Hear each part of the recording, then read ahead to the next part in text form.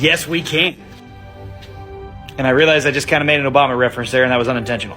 So yes, I have it ready. Couple of caveats on here. I'm doing a 5-tiered ranking system. So 1, 2, 3, 4, 5. I do have a couple of 2.5s on there because they weren't quite bad, but they weren't quite good. So they're just kind of sitting there in the middle.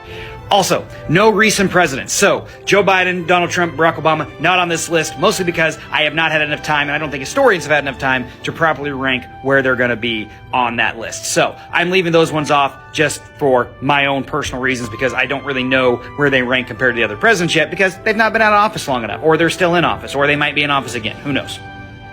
So this is just in the order in which they served. My tier number 1, George Washington, Abraham Lincoln, Ulysses S. Grant, Theodore Roosevelt, and Franklin Delano Roosevelt. To me, these are the most important 5 presidents. They're the ones who had some of the biggest impact on the power of the president himself and helped lead the country in times of great and dire need. And again, this is all personal preference, so feel free to disagree. Coming in at tier 2, we have John Adams, Thomas Jefferson, James Madison, Harry S. Truman, Dwight D. Eisenhower, JFK, and Bill Clinton. So these are presidents that I really like. Some of the policies they did were really good. They were very much popular amongst the American people, and they made decisions that might not have been popular, but were for the best of everyone. John Adams kept us out of the war, kept us out of war with France. Thomas Jefferson made the Louisiana Purchase. Madison, War of 1812. Truman, ended World War II. Dwight D. Eisenhower won World War II and created the interstate system. JFK, sent us to the moon. Bill Clinton led one of the largest periods of economic prosperity in American history.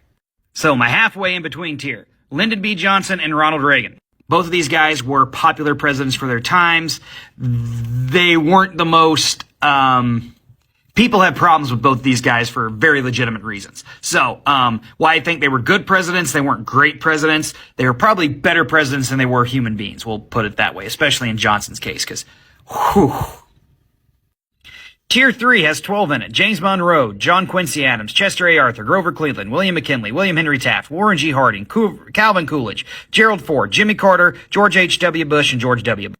They weren't the worst. They definitely weren't the best. They were just kind of there. They were, I have 8 presidents in Tier 4. Buren, Tyler, Polk, Taylor, Fillmore, Hayes, Garfield, Harris. These guys either died while they were president or just didn't do much to help the country at all and were just, again, kind of there. They each did some things that weren't bad, but they weren't as good as Tier 3, but they're not as bad as Tier 5. And now the worst of the worst. William Henry Harrison, Franklin Pierce, James Buchanan, Andrew Johnson, Grover Cleveland, Woodrow Wilson, Herbert Hoover, Richard Nixon, and Andrew Jackson.